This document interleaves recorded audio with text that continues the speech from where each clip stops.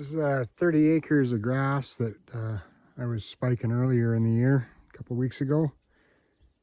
And it's pretty lumpy, so we need to get it broke up a little bit finer so we can get over it with something.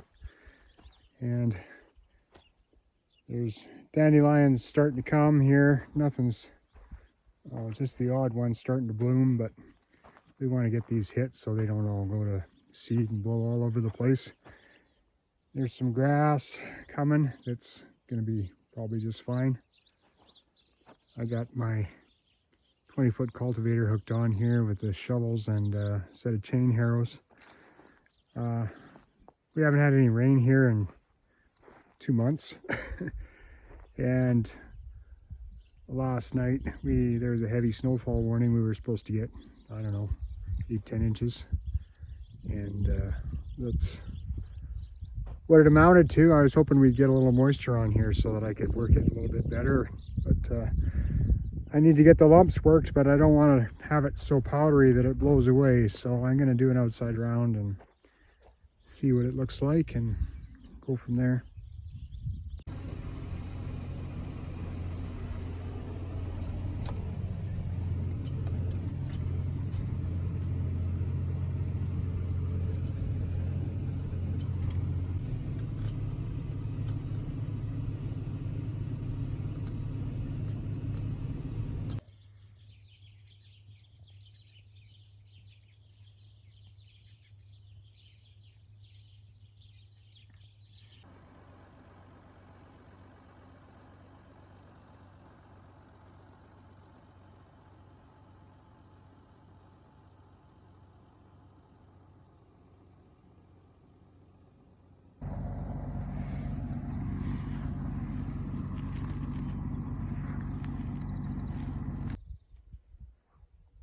I got chores done, got the loader and the truck running here, and I'm at our oat bin where we got our cleaned oats. Here are cleaned oats. We use about half of those anyways. We'll put them on the truck and then, yeah, we'll put them in the drills.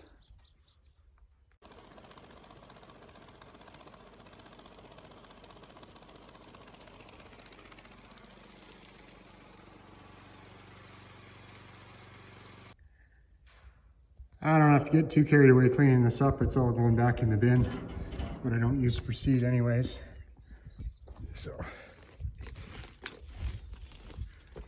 show you what's in the back of the truck.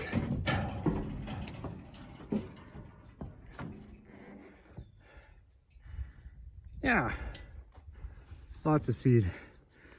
I'm doing 30 acres at probably about 2 bushels to the acre. That'll be 60 bushels, so that's way more than 60 bushels. Be a little extra for corners and stuff, but I'll have lots left. That's better than having to come back to the bin for a couple of buckets every round. That's a pain, especially since the cows are in the way. So get out of here and go pump some water for the cows.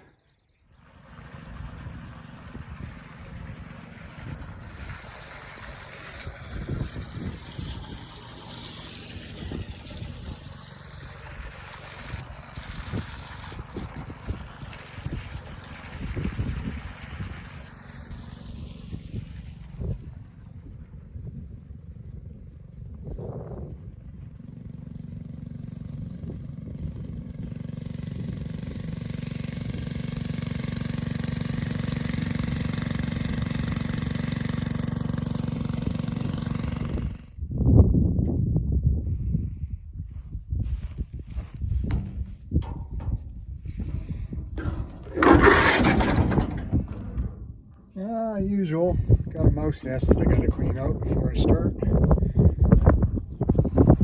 Check the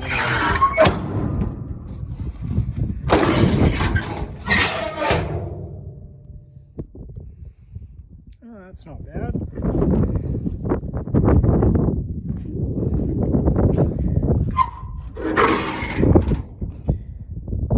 That's okay.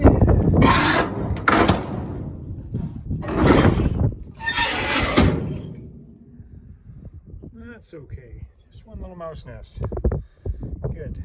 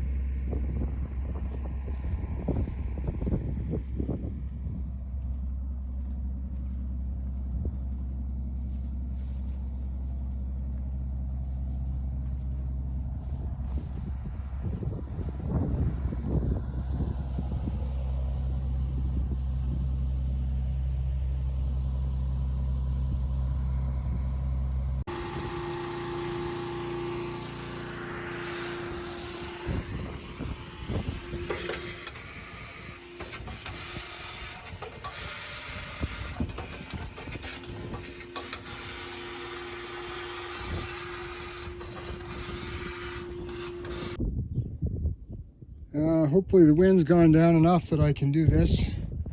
I'm just going to talk about how the seed drills work.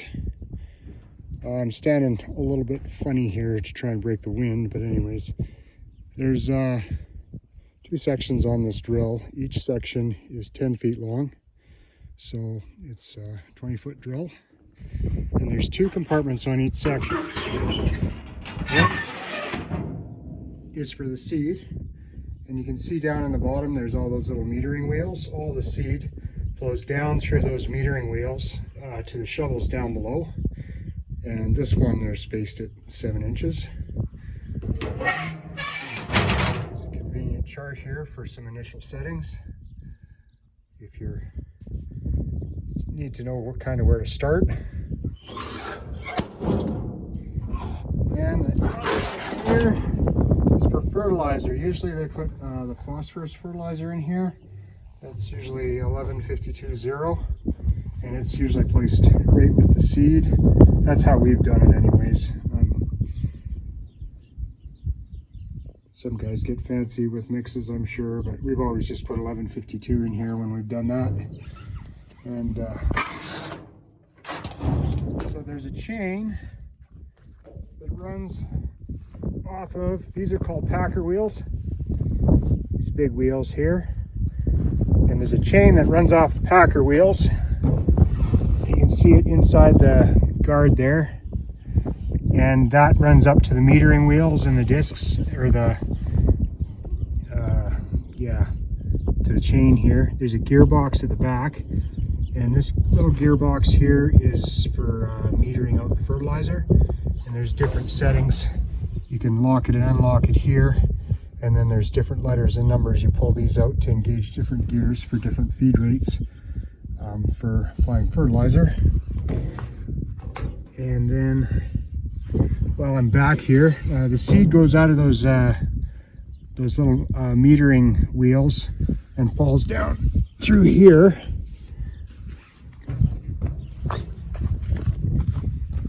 You can see it, the seed falls down from here and down. You can get different shaped shovels. We just have these spikes on here. This one's almost wore out, but these are reversible. You can see this one here, there's a new one on one side, and when they get wore down you can flip them over and use the other side. And the seed falls down behind the shovel as you're driving along. And then the packer wheels, these follow up behind the little furrow that's been made and the seed's been dropped in, and firm the soil up over it. There's you can switch out some gears here to change things around if you're doing fancy settings. The depth is controlled here. You can screw these in and out a little bit. You're gonna need a wrench for that. It's a little rusty. In and out for fine adjustments, and then coarser adjustments. We just put some blocks in there, hydraulic cylinders. And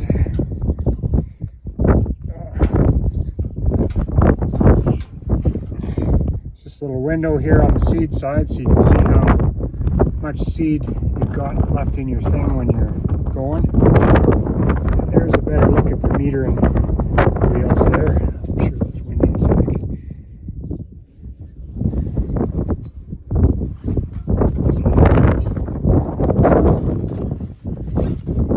So to set your seeding rate, you consult your chart up top.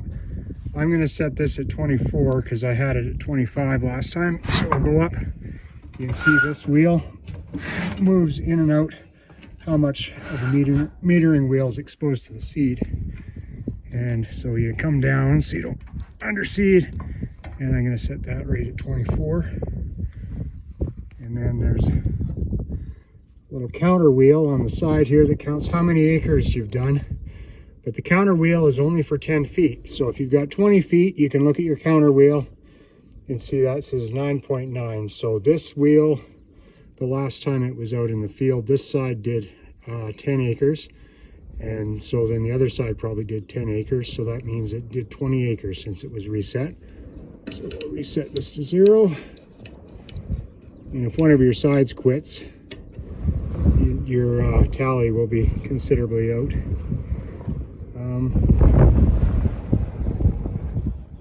This little critter here engages and disengages when the shovels go down into the ground. This connects everything together to start seeding. So when you pull it out of the ground, the seed stops flowing, and then when you put it in, it starts again. Yeah. So this side is just basically the same thing as the other side. We'll reset it to 0. And there were different rigs of these. You could get gangs of, you know, just keep stacking on. So I think you could do, well, 30 feet, 40 feet, all just had a different hitch to pull everything with. But that's how the seed drill works anyway. So our seeding conditions this year are pretty bad. There's an old saying in our part of the woods that you seed in the dust, your bins will bust. Well, we're certainly going to be seeding in the dust. The thing is, if you get it in the ground when it's dry like this and you get a good rain on it, you can usually end up with a pretty dandy crop. But there is 0 moisture here, so we're just basically seeding it right into the dust. We're going to scratch it in, and I know there's going to be some grass and stuff come back on this, but if it gets windy, any of the chunks of grass in here will kind of help hold everything down. And I'm just seeding oats in this for feed, so anything that grows in here is going to be cattle feed. I just want to get it smooth enough so that I can get over it without breaking something, and get some stubble on it to hold it down. So that's kind of what we're doing.